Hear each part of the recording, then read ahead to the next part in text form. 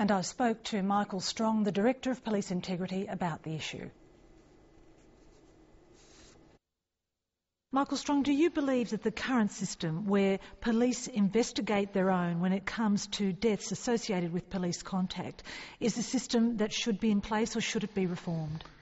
Following the shooting of Tyler Cassidy, we received a number of submissions, very well written and well researched submissions, raising issues arising from the decisions of the European Court of Human Rights, the implications of our Charter, and concerns about the general issue of police investigating police. The reason we have become involved is because we think that those who are interested in this important and difficult area should have an opportunity to speak and to discuss the issues. And the forum included representatives of Victoria Police, who made a very constructive contribution to the discussion. In Europe, a provision in their Human Rights Convention, which is very similar to a provision in our Charter, has been interpreted by the European Court of Human Rights as requiring a completely independent process, that is, an investigation by a body which isn't connected with the police force whose members were involved in the particular incident. Now, as I say, there is a similar, though not identical, provision in our Charter, and human rights lawyers and activists assert that we should be moving to what might be described as the European model of completely independent investigation by civilian oversight bodies. So do you believe there needs to be a new model?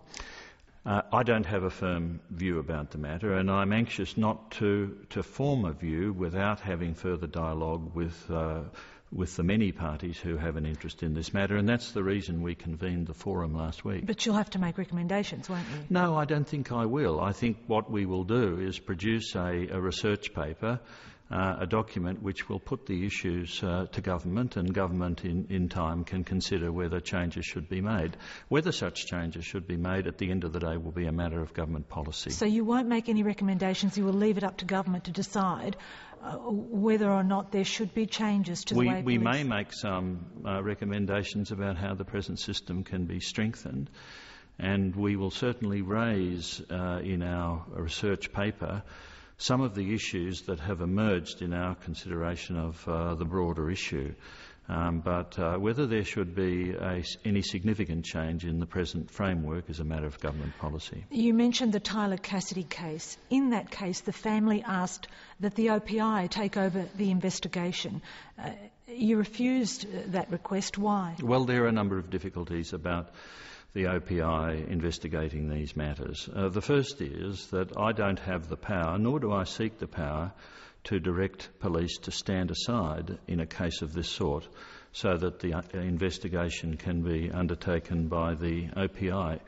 The result is that if OPI were to conduct a full investigation of a matter of this sort, OPI would be duplicating the work of the homicide squad, and in the Tyler Cassidy case some 200 witnesses were interviewed. The second reason why I don't think it's necessary for OPI to fully investigate most of these cases is because of the independent coronial process. Well, are you investigating the case of a Chinese man who, after being released from Dandenong Police Station, died? Are you investigating that, for example? Well, I'm obviously aware of the troubling circumstances of that case, and we will review the police investigation before the inquest, and we will review it after the inquest. But for the reasons I've just given you, the investigation is being conducted by the Homicide Squad, overseen by the Ethical Standards Department, and with the involvement of the coroner. Michael Strong, thank you for your time. Thanks, Josephine.